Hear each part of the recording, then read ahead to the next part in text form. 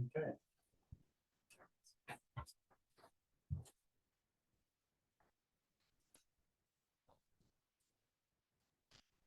Right.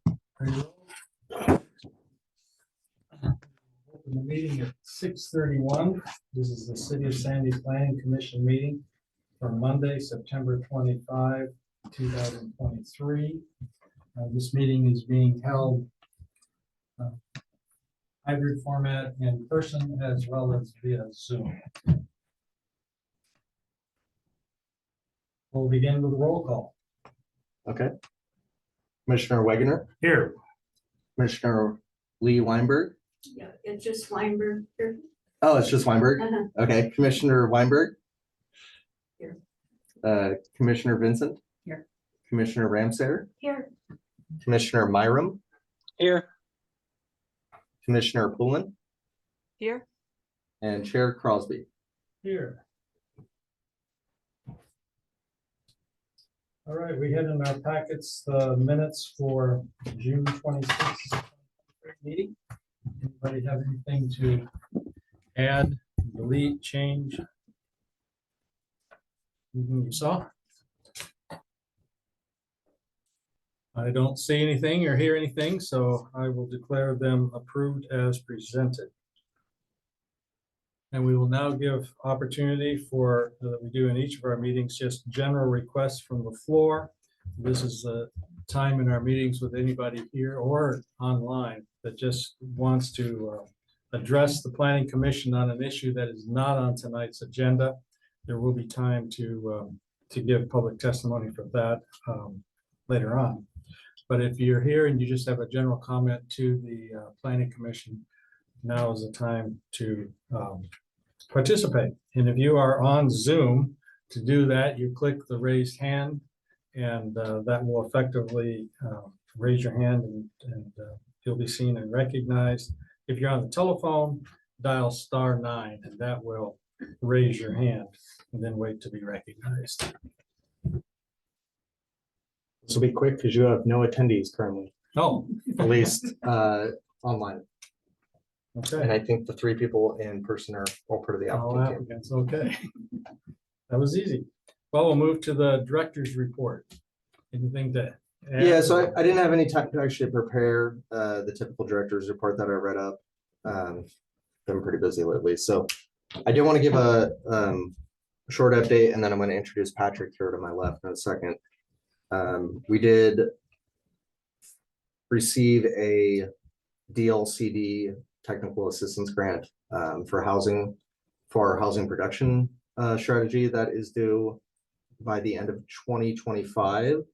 So that will be providing us about $50,000 in assistance from the state of Oregon on that project. And then we have about a $20,000 local match.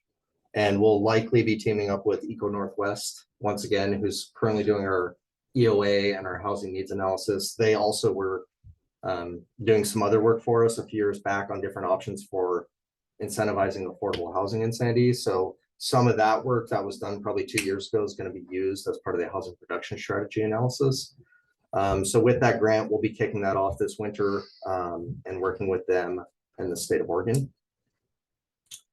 I also want to update that we are on block 3 of the comp plan now. So you'll be receiving some invites to different work sessions in the future. I know you received one already for October 16th, and that's for the EOA, which is the Economic Opportunities Analysis. There'll be Eco Northwest, who I was just talking about, that will be presenting that. There'll be another work session, most likely in early December, like the first week of December, on the housing capacity or housing needs analysis. And that's also being done by Eco Northwest. We're also trying to plan on doing a little training that night for housing and some of the bills that have been recently passed by the state legislature regarding housing. And then you'll see some additional comp plan meetings probably in January on block 3, which will be the housing and economy block and growth management. So it's like the heaviest topics basically, and probably the most controversial topics of the 6 different big comprehensive plan topic areas that we're covering. So This one's going to be, instead of like the faster 2 to 3 month process, this one's going to be more probably like a 4 to 6 month process to get through this block. Because I think it's going to be where a lot of the controversy lies within the comp plan. So we're going to be very strategic about how we move forward with that. And then after that, we're hopeful that the comp plan will go through adoption in probably the spring. Originally, it was going to be this winter. I think it's going to be delayed a few months because of going through this a little slower to make sure that we can get most people on the same page, or at least a consensus, or a majority is what I should say. And then the only other update on work sessions is we're going to be having the clear and objective work session, most likely on November 6th. And on that same night, we're not only going to be talking about the clear and objective project that we've been working on, and all the code changes, but also there's going to be a little bit of training at that one as well, most likely from our attorney's office on some of the new House bills around affordable housing. So Senate Bill 8, I think House Bill 3395, I think it is, something like that. And so there'll be some information on that at that early November meeting as well. In addition to that, we did also get another state grant for timber, mass timber. So that grant will actually be looking at our code to make sure it's compliant with what the timber industry needs for mass timber construction. And so they're just awarding 5 communities a year. And so we got awarded that grant this year. There's no matching funds. It's the state's paying for the grant and all the work done with it in its entirety. So we'll be moving forward with that in the near future. And then a few staffing updates. We did hire a code enforcement officer. His name is Chris Relia. He started, I think, 2 weeks ago. And so if you go on the website now and you look at the code enforcement section, there's actually a pretty lengthy description of, if you have these complaints, go to Chris, basically in our department. If you have these complaints, go to Kevin Moody, who's been our code enforcement officer for a long time in the police department. So we've kind of divided the tasks. I think Kevin's been the only code compliance or enforcement officer like the last 15, 20 years. And the city in that time has more than doubled in size. And so there's just way too many code cases at this time. The city council did a phenomenal job of prioritizing that as like one of the things I wanted to fund going into this biennium. So the planning department got additional funding. We separated some of the tasks, and now there's going to be 2 different people. And one of the great things about it is one of the people, Kevin's, going to be specializing in more of the police side of code enforcement actions, stolen cars, illegally parked cars, dogs that bite or animals at large, noise, more traditional police enforcement actions. Whereas Chris is going to be more focused on more traditional planning and building compliance issues such as like signs, fences, trees, landscaping, people living in structures illegally, which we've seen a rise in that over the last 2 or 3 years. So they're going to be separated and delineated a lot better, and I think it's going to allow for both of them to tackle all the code issues we have in Sandy. And then the last piece of information I'll share is we hired a new senior planner. So we've been without Emily since March, so I'm very excited for this position. And we hired Patrick Deppa. And so I don't know if you want to say a few words. You can kind of introduce yourself. You got the pronunciation of my last name right. It's Deppa. Some people call me Deepa, but it's Deppa. I've been on the planning field for about 25 years, mostly municipality. I did 8 years in private sector. Originally from Michigan, came out here about 5 years ago. Been working south of you in Benton County. I was, even though I was a county planner, my position was to support the small cities, incorporated cities of Benton County. So I was working with city of Philomath and Adair Village and Monroe, kind of bringing those guys up to some modern times. They were kind of really far behind. So we did a lot of upgrading of their comp plan and their code books. But I'm excited to be here. I love I love city planning more than anything. Just so much more going on and so much growth, and thankful that Kelly ended up choosing me, and I'm excited to get started. and working with all of you. Thank you. Welcome, Sandy. Welcome. And we have a new commissioner too. Yeah, Right. I was figuring you'd probably do that during the planning commissioner discussion and introduction part. Oh, well. We can move on to that then. If our council, or any questions for Kelly, staff reports. All right. Our council liaison, Mr. Mate, anything we need to be made aware of? Hi, Chair. Hi, Planning Commission. Yeah, sorry, I'm a bit a little on edge right now. I just got back from Chicago about an hour ago, so I don't have my notes with me, so I'll just try to be brief. There was 3 things I wanted to update you on. First was the Bell Street opening. We're doing the dedication to it on October 1st. So that's good to know if you don't know that already. I'm not sure the exact date of the traffic's going to be allowed down it, but I know October 1st is when we're doing the ribbon cutting on it. Second was we did do the SDC conversation over Borset Park and the 51% or larger, and that was ultimately denied. I can speak from the city council perspective. We did not want to set a precedent for something that had not been done before. The money that we do keep in SDCs is earmarked for projects across the city, and we would be taking away from other priorities that the city council has made for use of that money if we did that for the Borset Park allocation that you requested. So that was denied by city council on a unanimous vote. And then last, if you don't know, the Aquatic Center, we approved the demolition and site preparation for the Aquatic Center, which is the Bignall Aquatic Center is the proper name of it. I think the Olin Bignall. That should happen sometime in the fall or winter of this year, but the city council did approve the proceeding of the plan for that. So I just want to make sure you were aware of that. And I think that's all I have for Planning Commission. Thank you. Any questions I can answer? I don't have any questions, but thanks for bringing forward our motion. I know it became maybe a little bit bigger deal than our intention was of just moving community sentiment forward. So thank you for being on the council end of that. Yeah. Thank you. And welcome to our new planner. Kelly, you said you had 2, right? One on September 11th and one on September 18th. One's code enforcement, the other one's a developer. No, one was code enforcement, the other one was a senior planner. Oh, senior planner. Okay, thank you. All right. I will let you introduce yourself the way we have done. Tell us Okay, not your life story. I'm not going to, no. It wouldn't be that good.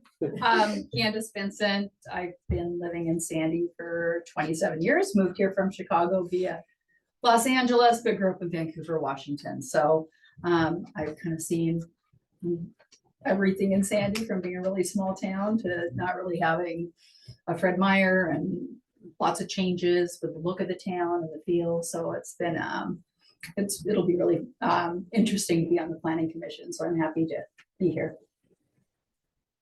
Thank you. Glad to have you here as well. With all of that, we will move right into our new business. We have one public hearing tonight. And we will open that if we're ready to roll at 6:45. And this is file 23-020 Sandy Community Campus Park Plan. And I'll begin by calling for any abstentions from anybody. I need to speak to the fact that I live across the street from that park. Okay. And you're- Mine too, Jerry. I go to that park about 3 times a week. Okay. You're not saying that you want to abstain for those reasons, correct? No. I didn't. No, no. It's more of Declaration. huh? A declaration. Yeah, Yeah. sort of an ex parte, I guess, if you're there or whatever, but we appreciate that. When I was on the city council, I was on a couple of tours of the area, but I don't think that's a conflict. Good. Any conflict of interest? Or any ex parte contact, which would include looking at it on Google Earth and visiting. Looking at it on my drive home. Yeah. I have been involved with the survey process throughout and looking at their different, websites and surveys and at the different events that they've been to. So I've seen quite a few of the materials and looked at it online. Okay.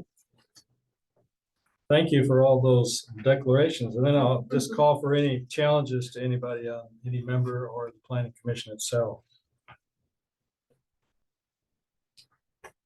Having nobody in the audience. Yeah, at this point, it would only be from the applicant. All right, nevertheless, I have to read the legalese.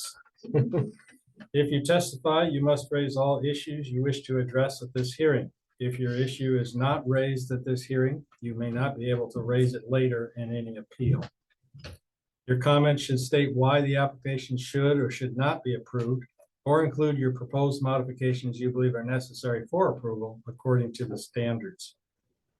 If you do not raise specific issues at the final evidentiary hearing or by close of the record, or fail to provide statements or evidence to allow the local government or its designee to respond to the issue, you will not be able to appeal the decision to the Land Use Board of Appeals based on that particular issue.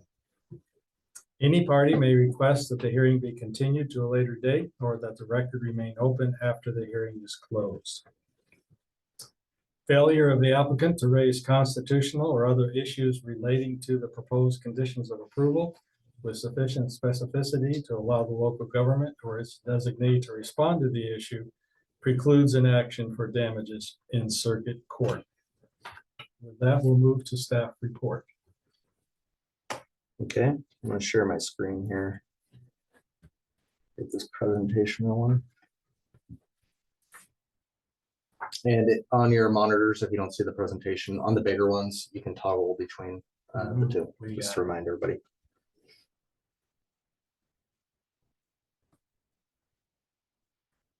Okay, thank you, Chair. So the file number, which I believe Chair Crosby might have already read, but it's 2320 DR CUP VAR FSH tree. And right now it's called the Sandy Community Campus Park. I think there's a separate small project going on through the Parks Department to actually give an official name. So if you're interested in that, you can go on our website, I believe, and participate in that. But right now this is the only thing I knew to call it by.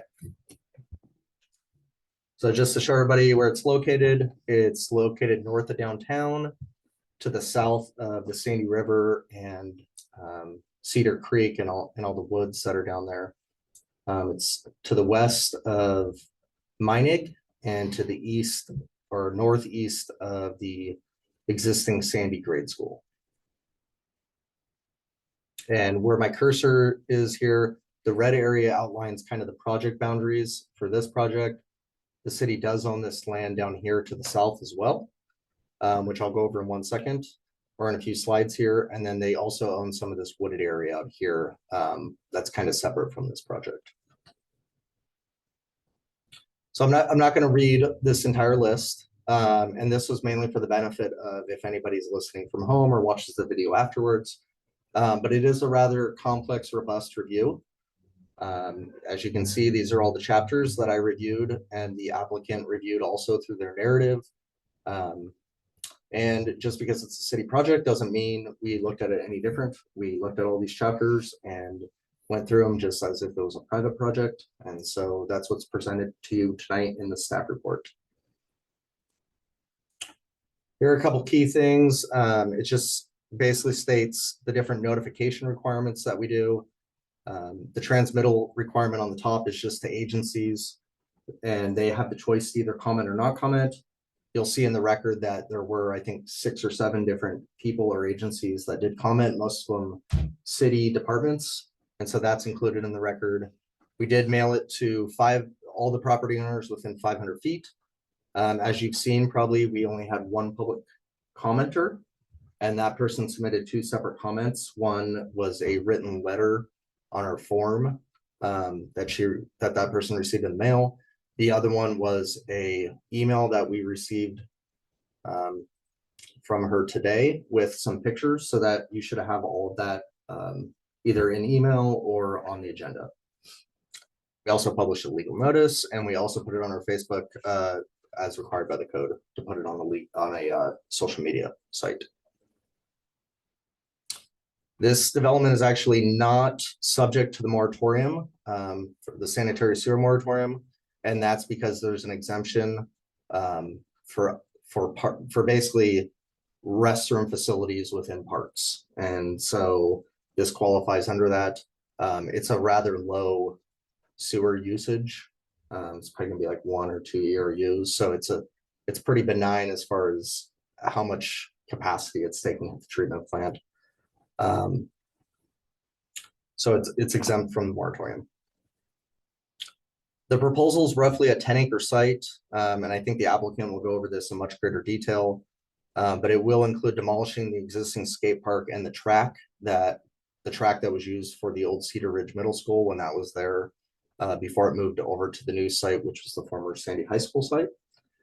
It's including installing a skate park, a pump track, an inclusive play area, extensive walking paths, grass fields. As I just mentioned on the previous slide, it includes a restroom or restrooms, and it also includes 2 picnic shelters. It also includes a direct trail connection over to the Sandy River Park to the northwest. And then there's going to be some public right-of-way improvements on both Mining Avenue and Scenic Street. This is more just a reminder for the commission, but more so for the public, that what is not part of this project, the demolition of the old Cedar Ridge Middle School buildings and the old Aquatic Center, which the city just announced last Tuesday on social media, and there was a press release about it, and Councilor Mayton just brought it up again. That's a separate project, and that's not part of the review for this park. The other 2 things are the development of a new aquatic center or community center, which has been a hot topic around Sandy in the past. That's not part of this review. And really the development of the park amenities, whether they be ball fields, such as the public commenter brought up in their correspondence, or other amenities. The planning department is not reviewing those. We're just making sure it meets the code. All of the proposed amenities are permitted uses within parks. So we're just making sure that that's the case. And then we're just reviewing the code for design of structures, landscaping sizes and species, right-of-way improvements, utility hookups, that kind of stuff. So we're not really reviewing, should this park have a skate park or not? Should it have a zip line? We're not looking at any of that, nor would I want to. That was all done through an extensive community outreach process already. That was led by the Parks Department and Langle Hansen. So I wouldn't even want to get into that. That already went through a process on its own. Just to let everybody know, there's 2 zones. So medium density residential and parks and open space. One of the reasons this is before you tonight is because of the medium density residential. A park in that zone is a conditional use permit, and it's a major conditional use permit, and therefore it comes before the commission. It's not staff reviewed.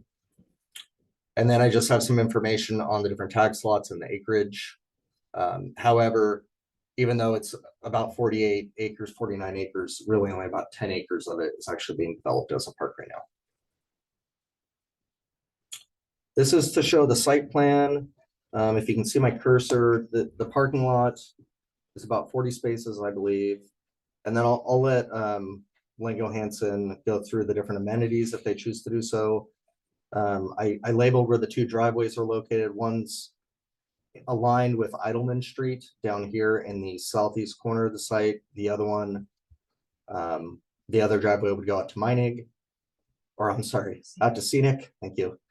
And then I'll talk about it a little bit more, but both mining would have some public improvements, mainly additional asphalt, a curb, some sidewalks. Scenic would have new sidewalks. It would finally be paved. It's been gravel for all of its existence that I'm aware of. And then there'd be some additional improvements for the property owners that access that site. So they would have, 20-foot deep driveway aprons and some different amenities that reduces dust and reduces rocks being pulled out into the asphalt section of the road. So for the conditional use permit, as you're all aware, there's criteria in section 176820. I reviewed all that criteria, which is A through F within that section, and then F has, I think, 10 parts itself. So it's really like 16 or 17 criteria is what it actually is. It's a little misleading with the A through F. I found that it met all of the criteria for a conditional use permit. So long as that there was a few conditions of approval put on a few of the criterion, and they're very minor, but I just wanted to bring them up. So the only ones I kind of analyzed that I thought, well, there's some additional analysis or some additional review from staff that needs to occur to make sure that these actually meet the criterion, would be F5 around lighting. So that's basically just submitting some additional details to the planning division, and either Patrick or I will look at that and confirm that it actually meets our dark sky ordinance. F6 on signage, which is not saying that the applicant didn't submit anything to the record on this. We do a signage review as a separate process, so we just require a permit. So it's nothing out of the ordinary. I was just wanting to let you all know that that would be fulfilled as kind of a separate thing through the building department. But they would have to pull permit to fulfill that criterion. And then the only other one is criterion F7, landscaping for buffering and screening. I do believe that to buffer the site a little bit better, mainly for the existing residents around the site, I believe there needs to be some additional street trees. I do want to analyze the shrubs and grasses that are being used mainly around the perimeter of the site to make sure that they're going to give screening and coverage for those neighbors. I just think that would be kind of the friendly thing to do as the city to, a residential area right around it. I also think since it is a conditional use permit, I think it's appropriate to kind of beef up that buffering and landscaping around the perimeter of the site. So that's the only three things I felt after reviewing the conditional use permit section that needed additional analysis. And then the other main reason in addition to the conditional use permit is that the applicant is asking for 4 variances to the development code. And so they're all type 3 special variances, which is kind of it's the variance that gives the commission a lot more discretion on whether they want to grant it or deny it. It's not as strenuous as the type 2 variance that you typically see in most cities. So there are 4 type 3 variances for review tonight that are totally up to the commission if they want to approve them, deny them. I'm going to be recommending approval for all 4, and I'll walk you through it here. I do believe one of them probably needs a little additional design on one of the buildings, but I think it would still be an approval of the variance, as I'll explain. So the first variance is along Meinig Avenue.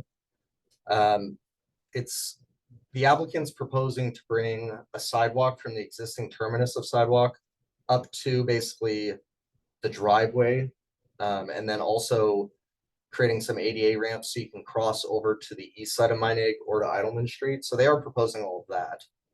What they're not proposing is a sidewalk from that driveway north up to Scenic Street. They are proposing a curb in there and some additional asphalt.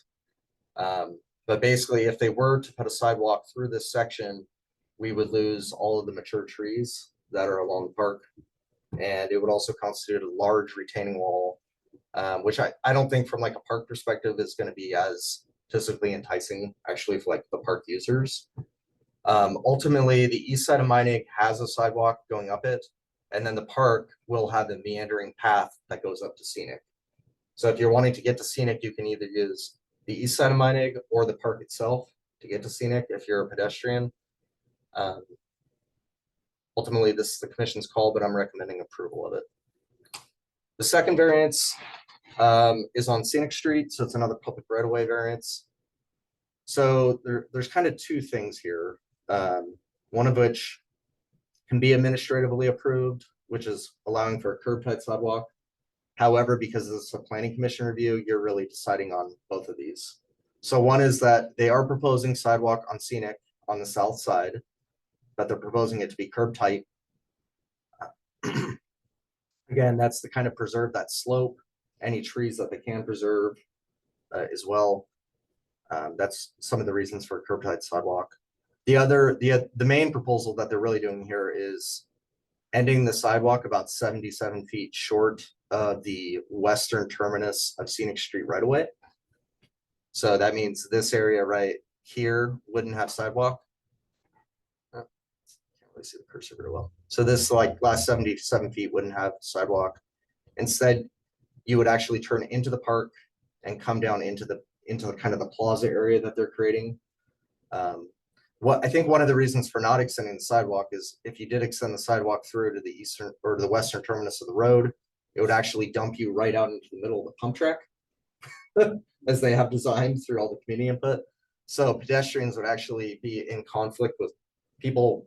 I think it's actually the jump line portion of the pump track. So there could be people going pretty fast and then you have pedestrians walking right into that track area.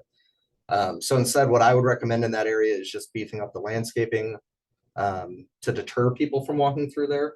Because if, user paths would probably be made if there's not a lot of landscaping in there. But staff is recommending approval of this variance as well. And then just so you know, there is no sidewalk proposed on the north side of Scenic. When there's development, even city development, the obligation's only a half street or a 3/4 in this circumstance. Since they're using the driveway to go out to Scenic, they are required to put in a 3/4 street, but they are not required to put in sidewalks on the north side of the street. So that's why they're not being shown.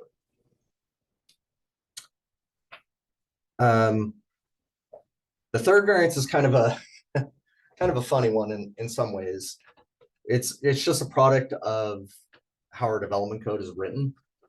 So basically our development code says if you're building structures within a park that you have to meet the Sandy style, and specifically section 1791-20. I think that's a really good provision. It makes sure that park buildings are being designed similar to the other buildings in town that we're making private developers build. But one of the funny things about the Sandy style is if you are building buildings, that 50% of the site frontage has to be buildings, and they have to be no greater than and you can't have parking in between the building and the right of way. So for people that have been on the commission for a while, this comes up often in our commercial areas where we want a building up by the street. We want there to be less parking along the street. We really want to activate that street with pedestrian amenities on the building, such as entrances, windows, things like that. So that's where the code's coming from. It doesn't really anticipate this scenario. Now, if this was the community center before you tonight, the code and staff would be promoting for the community center building to be along the road, to have parking behind it. However, tonight, the only proposed structures are 2 small picnic shelters with one of them with a restroom. So it's in this circumstance, it's kind of a silly code criterion. So staff is recommending approval of this variance as well. The last variance is a design requirement for the structures themselves. So as most of you probably remember from our design criteria within 1791-20, one of the code requirements is to have secondary roof forms like dormers or other elements on the roof to kind of break up the long expansive roof areas. So they're proposing 2 shelters. One of the shelters is really far west and way away from the road. So I think it would be fine to grant that variance to that structure in full. No one's really going to see it unless you're already kind of walking through the park. However, the second shelter is just to the west of the parking lot. It's not a huge shelter, but it is going to be visible from the right of way. It's going to be visible from the parking lot. And so my idea was to support the variance for both structures. However, on the one structure that's close to the parking lot is to have a couple windowless dormers centered over the restroom area. So if you look at this slide here, I drew in the best I could on PowerPoints, kind of a fake dormer there in orange. And so that would just give, I think, the roof line some additional element, some variety, and kind of meet the Sandy style a little bit better. I do agree with the applicant putting 2 dormers on this small of a building, especially with it not having walls, I think could look kind of funky. But I do think centering one along above the restroom on each side would just give one more Sandy style detail to this structure. I'm not going to go through each one of these, but I did want to let you know, if you look through the conditions list, I think one of the more important sections to kind of read through is the site plan changes, the plan set changes. So just a few of these that I'll highlight is, so like the first bullet point, this is a Sandy style code requirement to detail driveway aprons.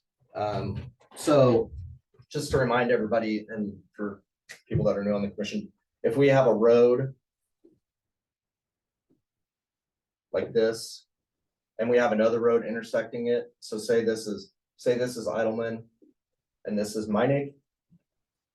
If this was another road, then it would just be continuous asphalt through here. But since this is a driveway, the code requires you to, skinny it down, put an actual apron with concrete, and that delineates it from roads, and that's just a code requirement. So that's what that's actually talking about.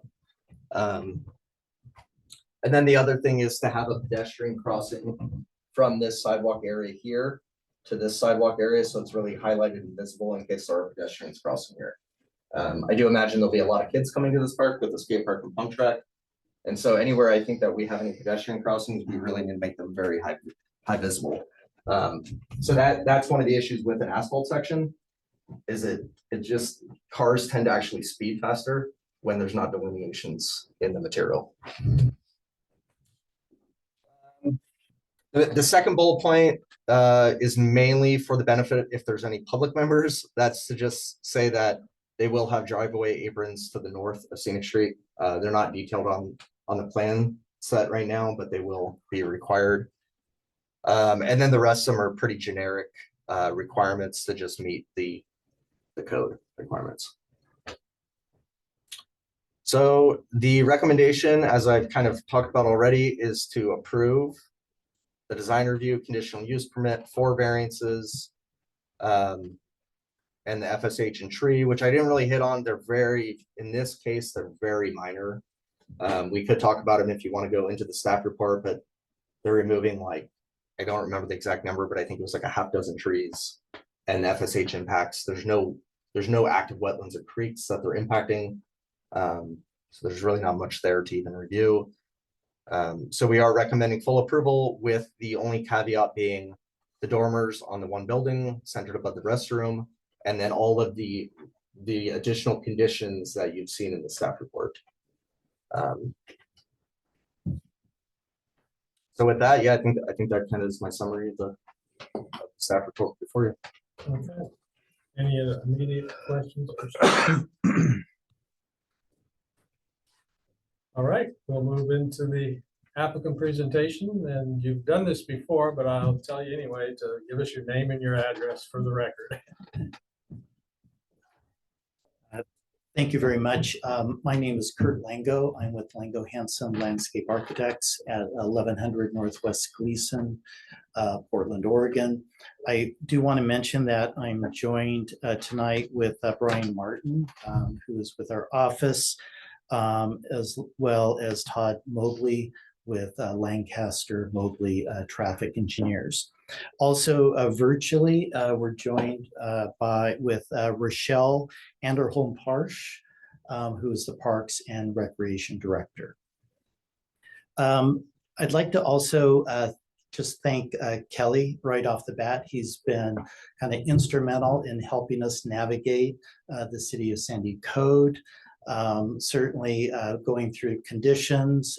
He's been there all along, so we really appreciate his effort. We want to do a presentation that might be slightly unorthodox. You may have had this happen before, but we've actually prepared a video for you. It's not long enough to serve popcorn. It's only 4 minutes long, but it does outline the public process that we went through, the site design. I think it certainly kind of goes hand in hand with Kelly's presentation. So a 4-minute video to view, and then I'll follow it up with a couple comments as well. So you know, Kurt, this might take me a try or two. It does have music too. Okay. I don't know if that will play or not. Bear with me for a second here. I got nervous when you said unorthodox. I thought, I pictured you bringing in some skateboards or something. That's next time.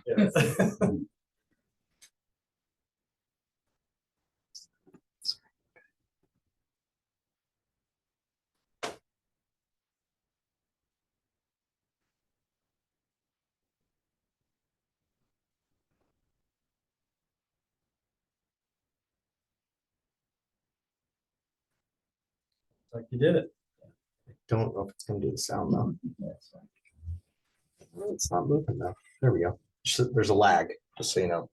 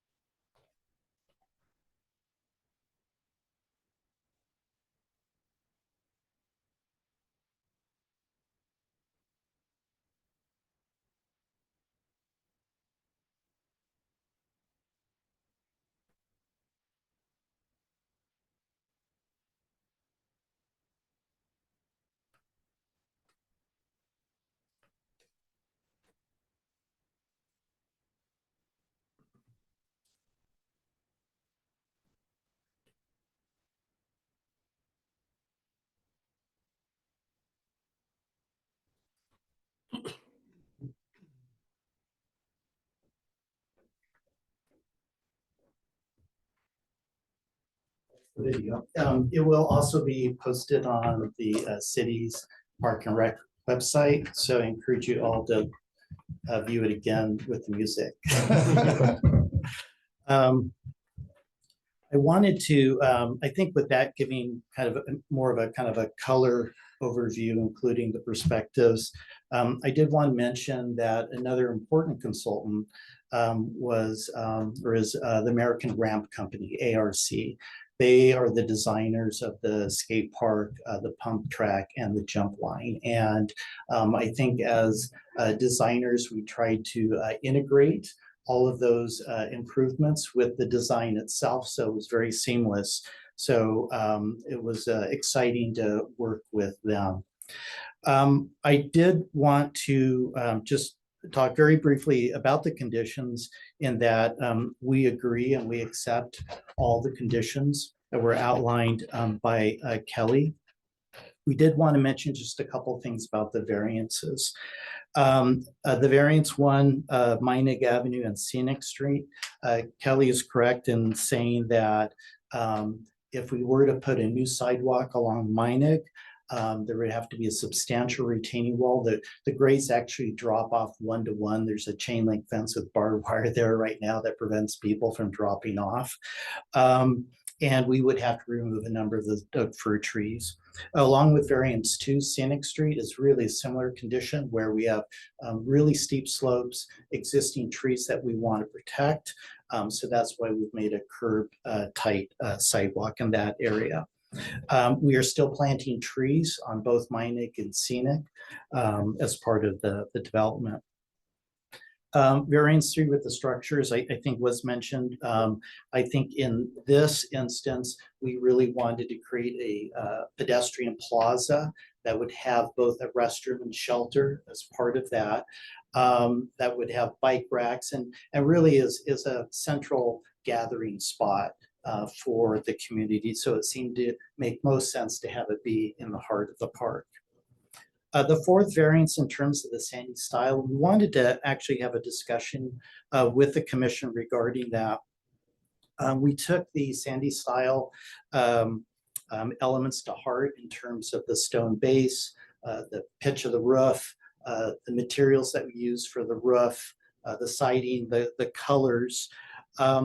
The one thing is the additional let's see, it's the secondary roof forms. For us, there is a certain simplicity with the roof form that we're currently showing as a single roof form. It is housing both the restroom and the shelter itself. And neither of these are really conditioned structures. So in terms of how it actually applies to the sandy style, we are approaching it a little bit different than we would like a community building. So we ask you to, I guess, maybe reconsider adding the faux windowless dormers, as Kelly has suggested, or at least have that be a discussion item. We're hopeful that just the simplicity of the single roof form makes for a very, very nice building without additional roof treatments. With that, that concludes our presentation. Again, we have people that have supported us that can answer questions, as well as the director too. So thank you so much for your time. Thank you.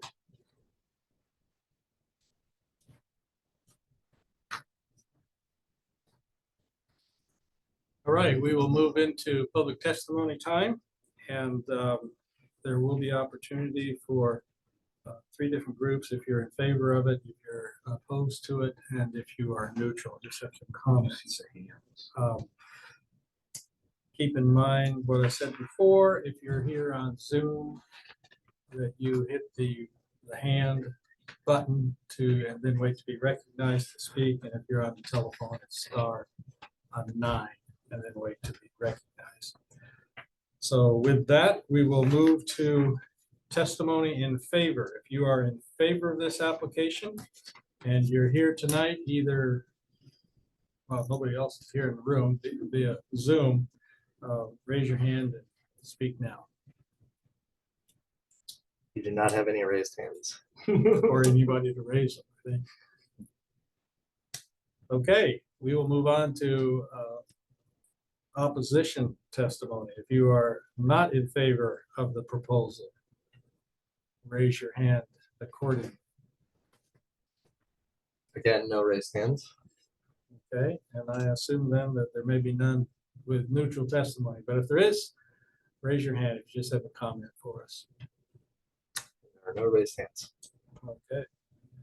Well, that moves us to the staff recap. I mean, there's not much to recap. There's no public testimony. I think I already addressed the testimony you have in your packet from, I think her name was Janet. I think the more appropriate time for that testimony to be raised for park amenities would have been during the park outreach project, and maybe that individual did, but I think this is not the venue for that really. The only other thing that really came up during Kurt's presentation was the dormers. I mean, I don't think it's going to matter that much if you require them or don't require them as far as like if it's going to affect the park design. No. I do think just for consistency's sake with what we would typically require for private developers, typically if they applied for 4 or 5 variances, we'd probably grant a couple of them, not a couple of them. In this circumstance, I am recommending all 4 to be granted, just with one of them to have some conditions to install 1 dormer on each side of the building. So, you know, I'm not going to lose any sleep if you decide to go with Kurt's request. But I do think if this was a private development before us tonight, I think we'd probably be recommending some additional design elements. So I did in the conditions list recommend some additional stone around some of the support columns.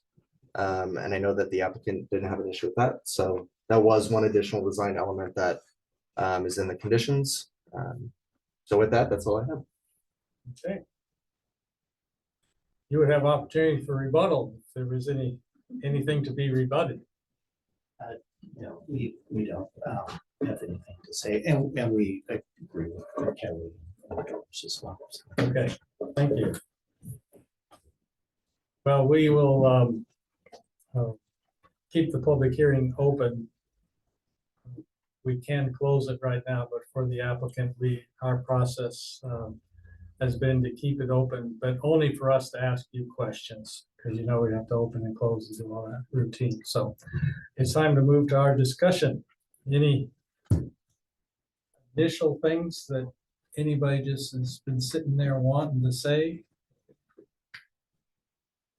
I just have a concern with the first variance, which is the sidewalks along Meinig. Couple of reasons. I can see, first of all, just like neighborhood and normal folks accessing the park. And that's quite a ways to move to an entrance. I know that when we access parks, or when I was a kid and I accessed parks, it was wherever I could get to the park the closest.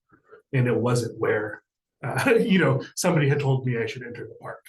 And so I realize that it's kind of a steep area over there and that's not a good access point, but not, me as a kid, I'm thinking, okay, I'm running to the park. I hit that side of the park. I hit that wall, I hit that steep incline and I have nowhere to go. I'm in the middle of the street. There's no sidewalk there. There's no place for me to go. And so that's kind of the first reason behind it. The second reason is I can imagine that this park is going to be a gathering point for the community. Hopefully we'll have events there that bring in way more than 40 cars at times, and that means street parking. And as a parent with 2 toddlers, and I'm unloading into a street where there's an event, cars driving by, and it's a little narrow, I got my stroller, I got 2 toddlers who want to run in the street, and I don't have a place to say, go stand here on the curb, or on the sidewalk. That creates a safety concern for me. And so I don't know if necessarily a sidewalk is necessarily what needs to be the answer, but some kind of at least buffer zone, wooded chip, 2 feet, at least something that we can get folks, out of the street and maybe a little bit safer until they can access the park. I don't know what the feasibility is there. with the trees and the slope, but it seems like a big safety concern on my part not to have something on that side of the street, someplace for folks to be. Okay, Commissioner Coolen. I'd like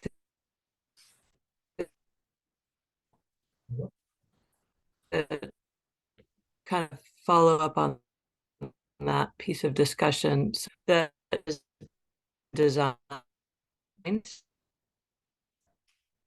You're breaking is up.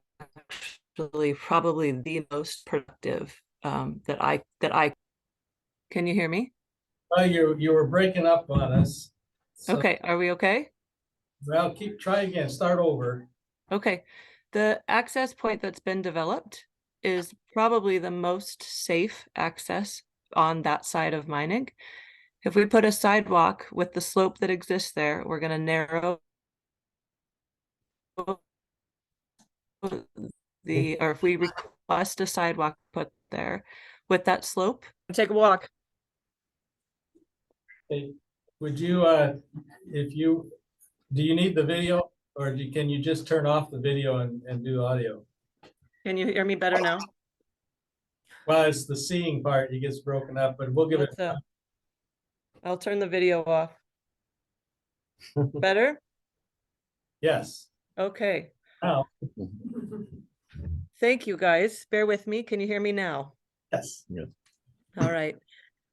The access that I've seen developed with the development offer for that sidewalk, there's no access point from the top of Scenic to Idleman that would let any neighborhood kids in. There's a sidewalk on the east side of Meinig, and there's no driveways, there's no pathways, there's nothing there that would create an entrance that would require a sidewalk or even be productive to a sidewalk on the west side of Meinig. At Scenic, that entrance that they're suggesting is the safest because as cars come around that corner and traveling down, even with children in the car or wherever else, if you're parked along that side of the street, if we add a sidewalk, we're reducing the street depth by too much for children for adults and children getting out of cars. I think this could become a real risk, and I've seen terrible things happen along that. In fact, there's already missing fencing from people that have gone up against that. That's not a place we want to encourage people to be driving around corners and walking on pathways. The way that this has been designed, in my view, from living here 25 years, is probably the safest way to maintain that structured road. The embankment there is so steep that a retaining wall would be it would take so much to fix and maintain that street and sidewalk that I think that in my experience, this is probably the best design they could come up with. hey, thank you.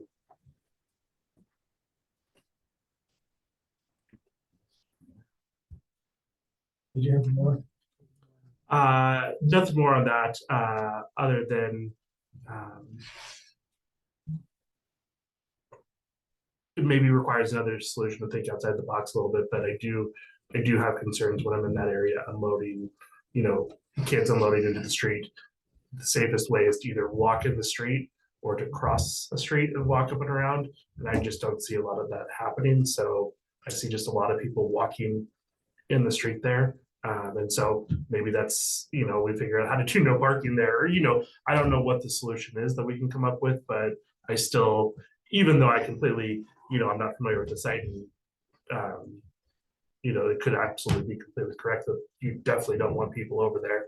I still see the safety issue happening. Okay. Tell you what, let's back up to this conditional use discussion, and then we'll just look at each of the 4 variances. Okay. Any concerns on the conditional use request? I'm not seeing anything, and I don't think we lost our other 2 commissioners on the screen. but I'm not hearing anything. So with that, let's just, if it's okay, we'll just knock down, because I don't think there's a whole bunch of other things to talk about other than these variances, and then let's do it. So the first one is the one that's been mentioned already. In regard to that one, I Mhm. did have a comment, and Okay, sure. my understanding, if I heard correctly, is if there were a sidewalk there, those trees would have to be removed. That's, And I would prefer not to see the trees removed. mhm.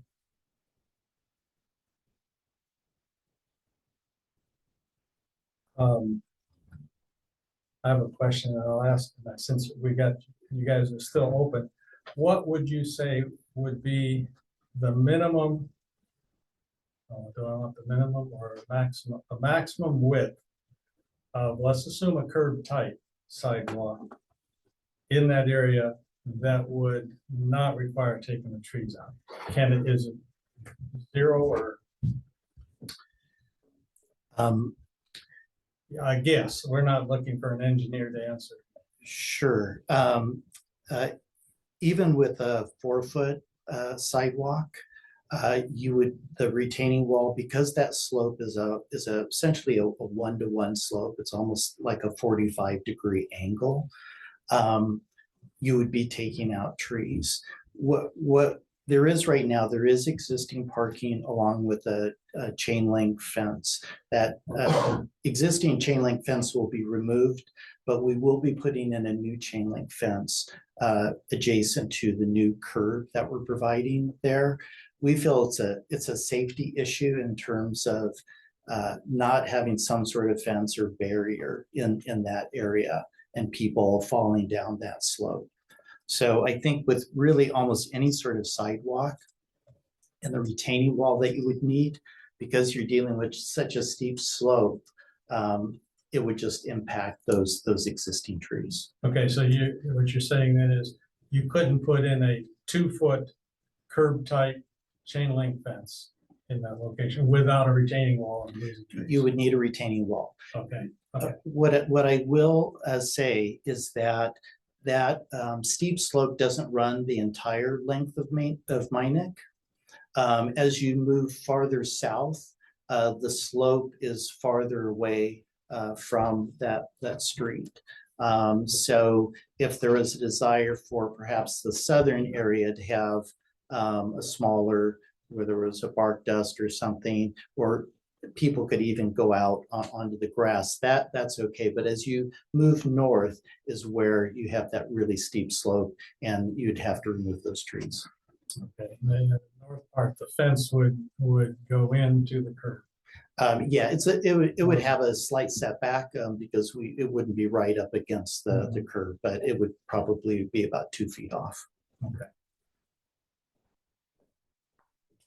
So if I'm looking at this right, looking at the elevation drawing, looks like you do about 2/3 of Minnick or so from the entrance going north. I with the plans that I'm looking at right now, I would say it's probably a little Or less sorry, than half. 1/3. Yeah, it's 1/3, 1/3, sorry. yes, yeah. 1/3, they could have a wider area. That could have essentially. Yeah, it doesn't drop have to be off. sidewalk in my mind, but it's like grass or Ye- something to give exactly. somebody a place to get off the road. Yeah, yes, yeah, it could have a ground cut, and that's what we're planning on right now is a grass or a ground cover. So in those areas, people could step off, but it's that 2/3 as you're moving up Minnick that is really too steep for that. And is the fence beginning at that 2/3, or does it start all the way down at the road? It's going to start pretty close down. It's not going to just be that 2/3, Okay, but that could be adjusted. all right. And you can set conditions on that. All right. Other thoughts or questions on that one? Let's beat this one dead before we move on to the next one and end up coming back, and going over things. What I'm saying, for what your concern is, that it probably can't be fixed on that upper 2/3 without losing trees and Right, and I don't want to lose trees or, create a giant retaining wall. That's not. the Like, we could intent. do something on the southern 1/3. Which is the third that's closest to the entrance and where people would be coming in and closest where you park. And I mean, I think that it's much better to have it that end than the other, for sure. It means 1/3 is better than no third. Right. So what it sound like, keeping us moving here, is that a condition would be to either have the fence start further to the west on the entrance part. Maybe, I don't, it takes me a while to get to the plans on a little computer here.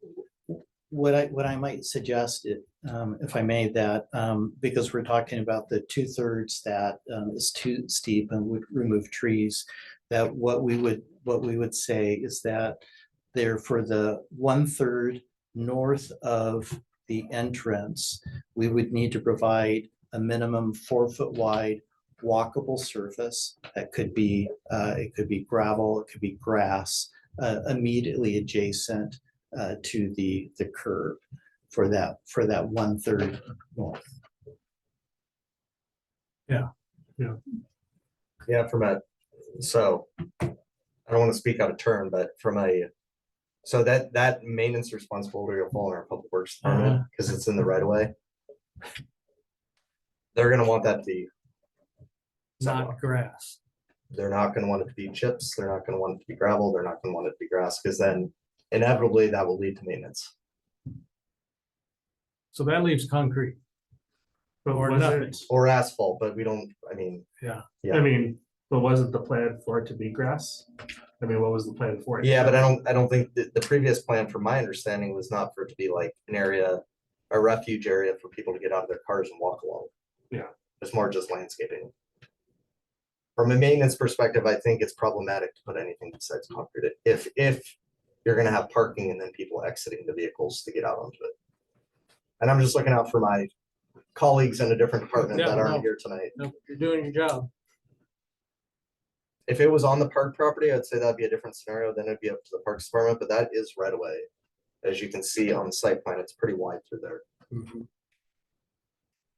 And then the only other thing I was gonna comment on is the 1/3, 2/3 thing is kind of, I think you should probably set a distance in linear feet. Otherwise, it's pretty discretionary. Let's see if I can get to those.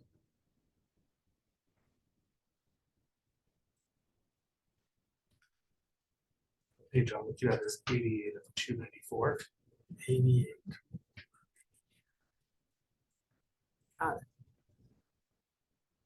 Smaller. You do have a hand raised from the Parks Director. I don't know if you want to Oh, ever speak to yeah. that. Nope, she can, we will bring it in. Go ahead. Yes, hi, good evening, Commission. Thank you. My name is Rochelle Anderholm Parch. I think I've met most of you, but thank you for letting me be virtual this evening. I'm in Minnesota, so I'm glad I got to be here. But just to make a quick comment to Kelly's statement about the maintenance for the right-of-way, we do work really closely with the Public Works Department regarding maintenance of trails and different things that might fall on park property or natural areas. And so I just wanted to throw that if the best solution is shrubs and different grass and different things like that, that would be something we'd be willing to work with the parks, the Public Works Department for maintaining that. So I hope that's not a deterrent if that's the best solution for the 1/3 of that.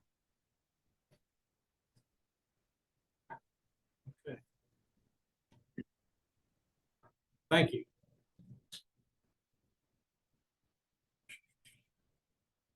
So we're looking at actually distance. Is there a diagram that would give us the distance?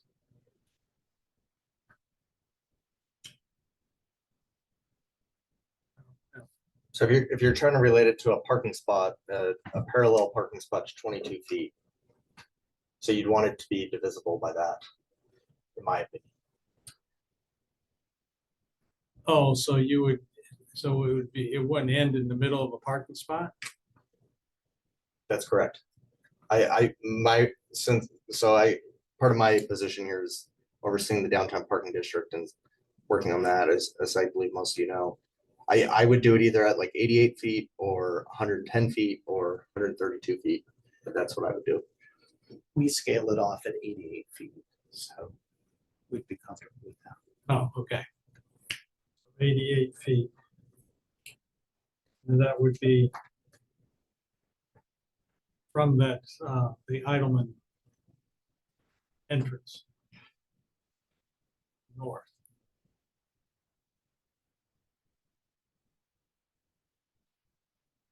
For 88 feet. And somebody, stop me talking if I'm going wrong. Considering like the vision clearance. 88 feet. 7 Um, feet, 95. Walkable surface. Yeah. We don't need to specify what. Do we? It's not a big deal.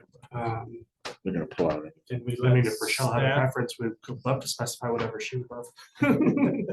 And you could write it up to as a minimum, how I'll probably write it up if you're fine with this is a minimum of 88 feet. Yeah, so if it makes sense to go a little bit Correct. longer, yeah. Mhm.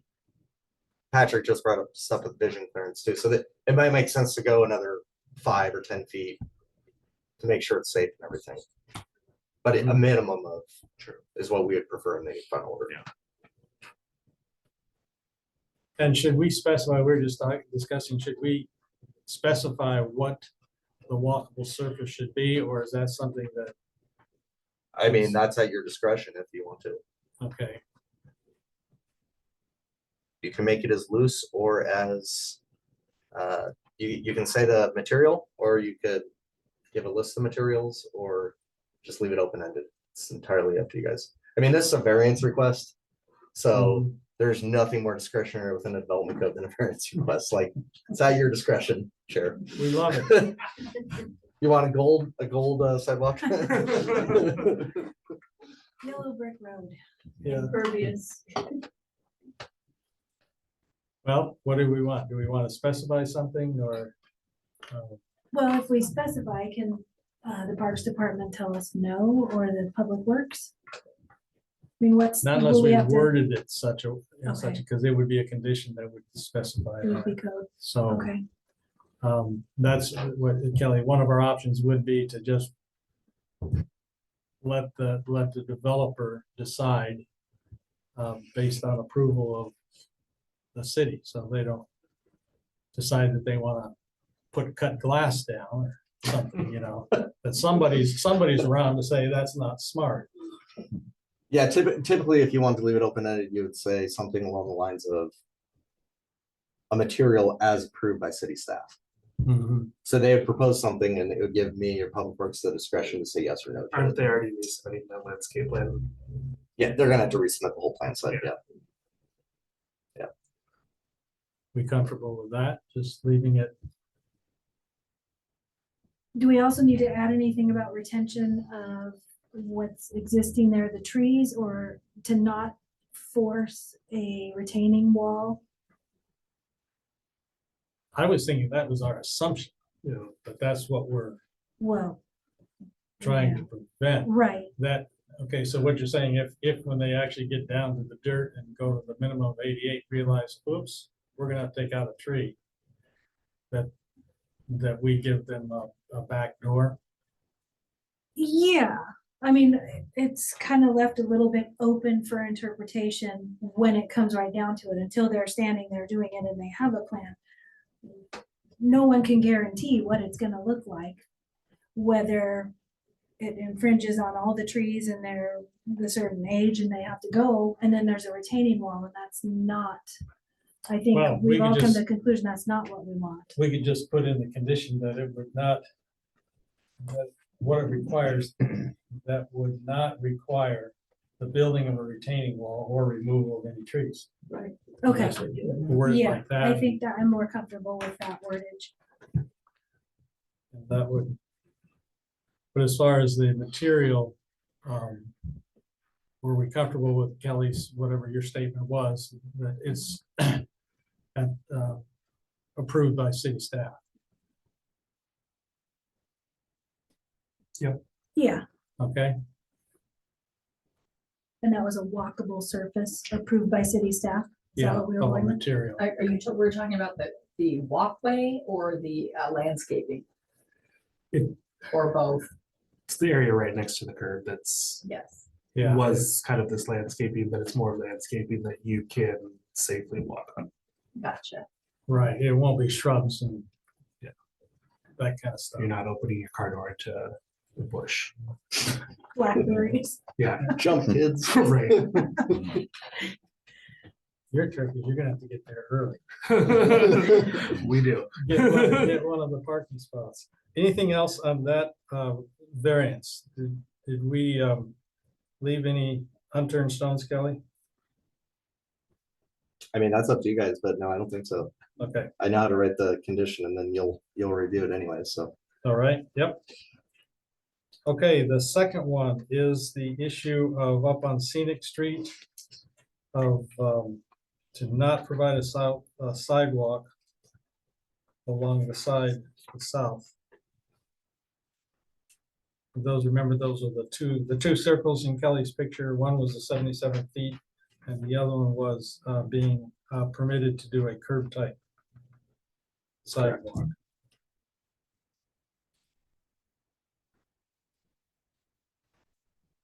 I know myself on the curb tight sidewalk or something like that, that's people going to a park makes all the sense in the world, Mhm. as opposed to, because whatever's there, if we put a park strip in there, it would be trampled.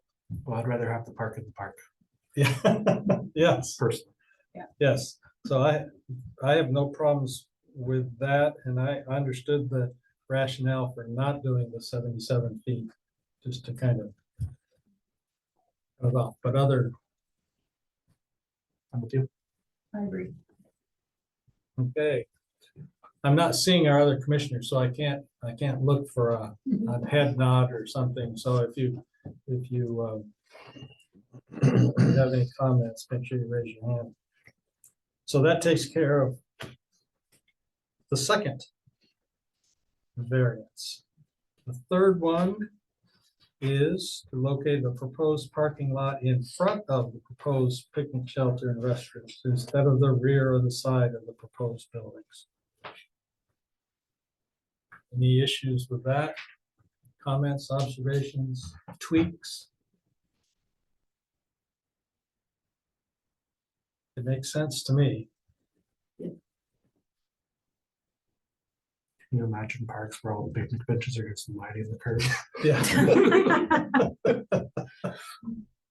Right, or the first building you see is the restroom. Yeah. But you can easily get to it right off the sidewalk. Okay, no further discussion. We would approve the third variance. The fourth one is the secondary roof forms, and the suggestion from staff has been to add a faux dormer on either side of the one structure that has the bathrooms in it. Makes sense.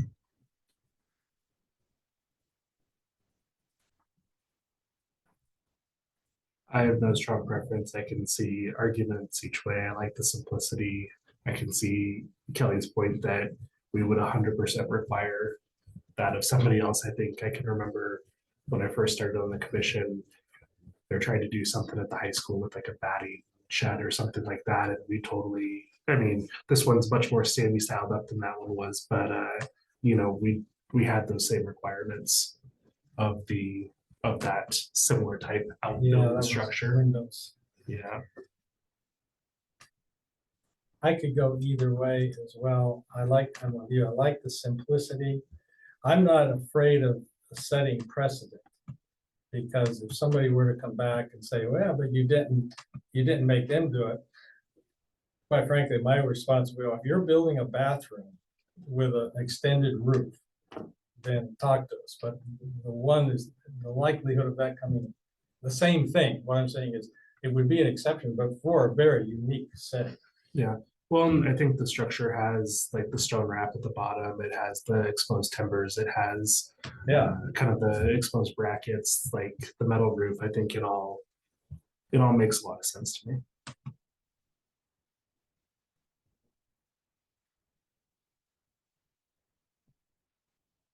Yeah, I guess I'm arguing more to not require it. I'm Oh. looking at the diagram, or I was, and then I scrolled away, of it without the faux dormer on it. Uh-huh. And just in the diagram, visually appealing, the dormer to me kind of made it like look more uniform with the picnic area. It's just I mean, the stone is down below, but it's just a flat structure.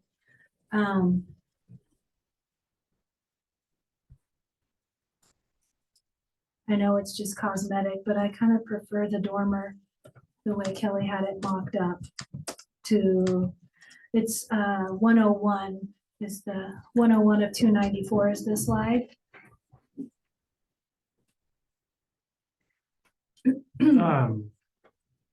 I think that dormer would kind of break up all those solid lines and kind of match, kind of draw the eyes to the point, like the roof, the graduated roof of the picnic shelter as well. Obviously, it won't affect the usability of the structure, it's just cosmetic.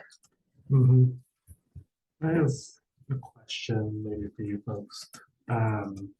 In this diagram here, it has like the storage mechanical room off to the doors off to the side.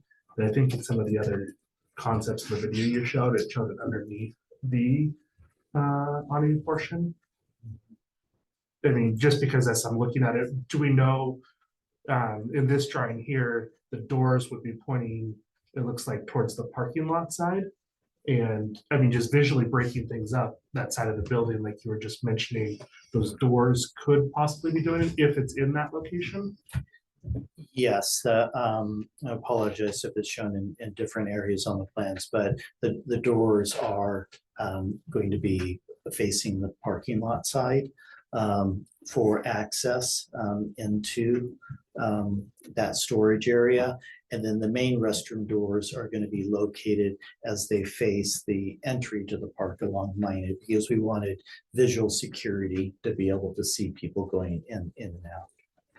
Do you have a material for the door? They just big metal doors? They are metal. Yeah, they are metal doors. Yeah.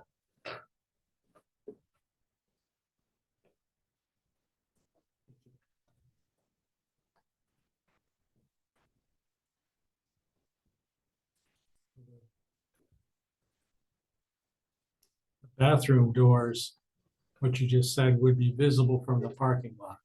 So that building is, we're looking at it like this. I'd have to get back to the. So from the parking lot, you're looking at the gable end. Yes. Well, I'd have to go back to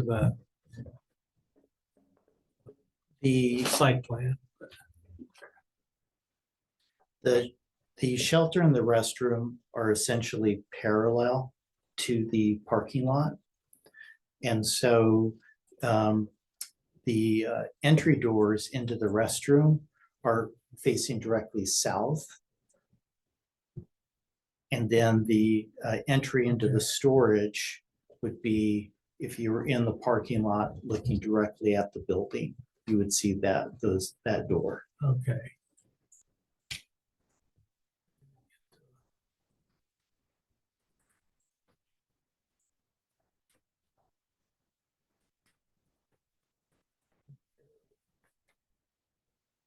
Part of the issue is that the elevation they supply doesn't have all four sides of the building on it.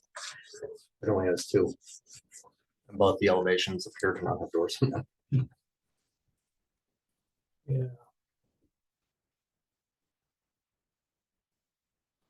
Trying to pull up. Okay, there we are. The plan view set, there is at the end of the set is 01. I don't have the page number, but that is an enlargement of the plan view. So from the parking lot, you would not be looking at the gable end. You're No, looking at the. yeah, you're looking at the front length of Okay. the shelter. And so the flip side, when you're in the parking where you're looking at the other side, that full width. Yeah, as you came in, you'd be looking at the bottom, the bathroom doors. You pulled into the parking lot from the south. I'm looking at page 85 for what it's worth.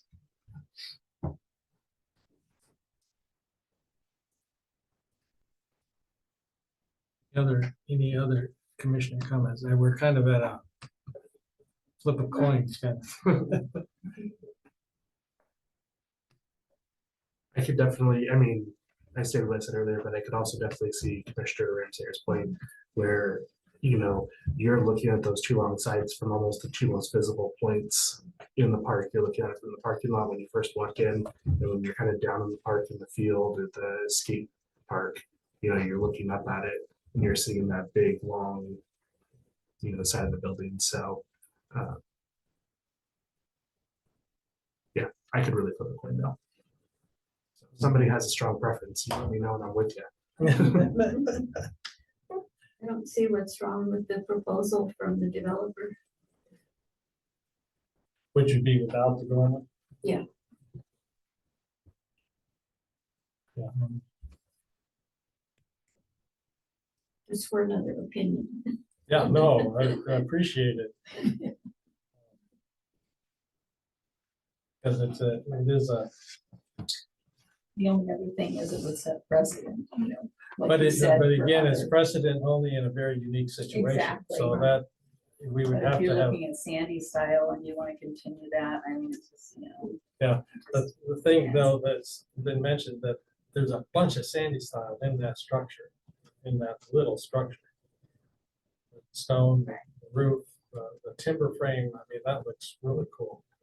We do have our attorney on the line if you want to ask him a question about precedent, so we need to make him earn his money there. All right, all right.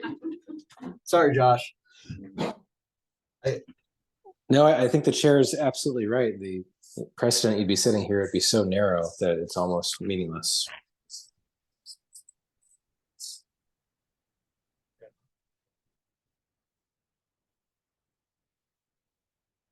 Nice when the attorney agrees with you. You puffed your chest out on that one. I couldn't have said it better. Anyway, are we okay with just leaving it as it is without the dormer? I'm flipping the coin. Yeah, So no dormer, no dormers, and I'll just change the findings and conditions to represent that.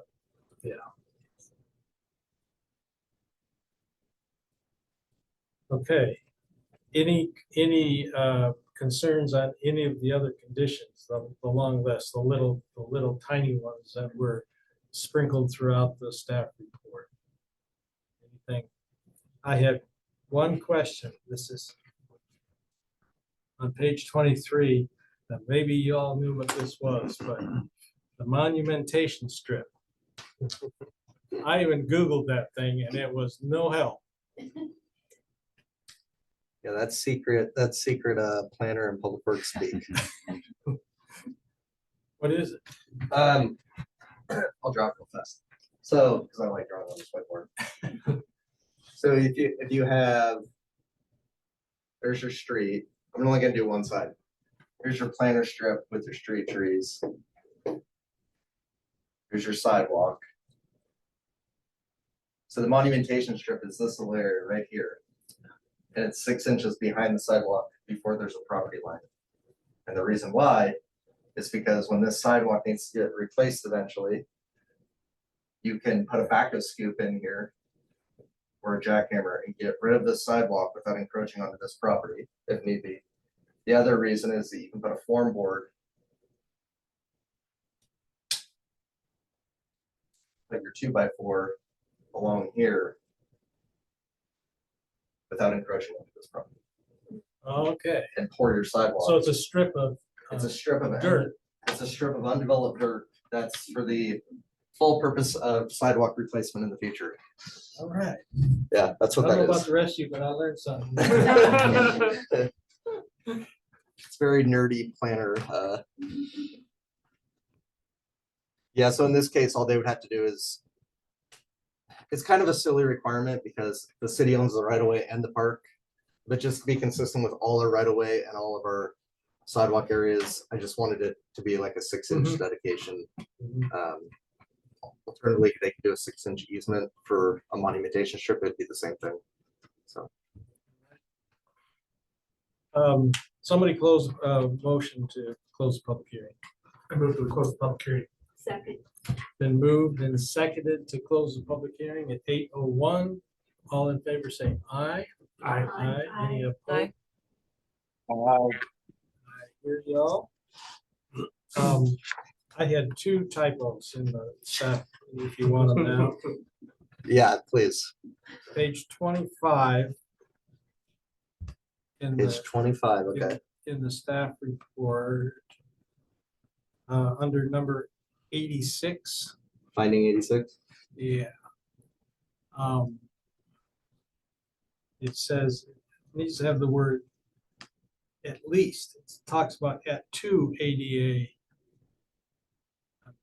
Up right Is it 25 of the PDF or 25 of the actual report itself? now. I think 25 of the actual report where it Got it. says at the bottom, page 17, so I don't even know what page it is. So, find it. It's 33 of the PDF. Got it. And you said finding 86. 86. Okay. In the middle there. The third line, proposed requires that at 2 ADA parking spaces. I assume it means at least 2. Yeah, yeah. And then you can find this one quick enough that on page 33 of the staff report, number finding 120, is what I said before about the nesting season. The nesting season of what? Oh, you brought that up in another meeting. too. Right, and you wrote it nicely in the final. I'll have to refer back to that one. Yeah, just copy what you did in the So other. that was finding 120, you said? 120, yeah, So that's the nesting of birds. right. Got I it. didn't know if it was birds, hornets, or squirrels, or what. All right, we'll take a motion unless somebody else has some typos or anything for Kelly. And the motion would include, you can just say that the variances, the condition use report based on our findings and our discussion. Move that we approve file 2320, I believe, with the conditional approval and variances along with the conditions noted in the staff report and the condition on, was it variance, the first variance to have a 88-foot walkable strip and no dormers in condition or variance number 3. I second. Been moved and seconded to approve file 23020 based on what was said in the motion and our recommendations and so forth. So we'll take a roll call vote. Okay. I'm gonna start with the people online this time. Commissioner Poulin, Agree. Commissioner Myram, Aye. Commissioner Wagoner, Yes. Commissioner Weinberg, Yes. Commissioner Vincent, Yes. Commissioner Ramsair, Yes. and Chair Crosby. Yes, motion carries. Thank you.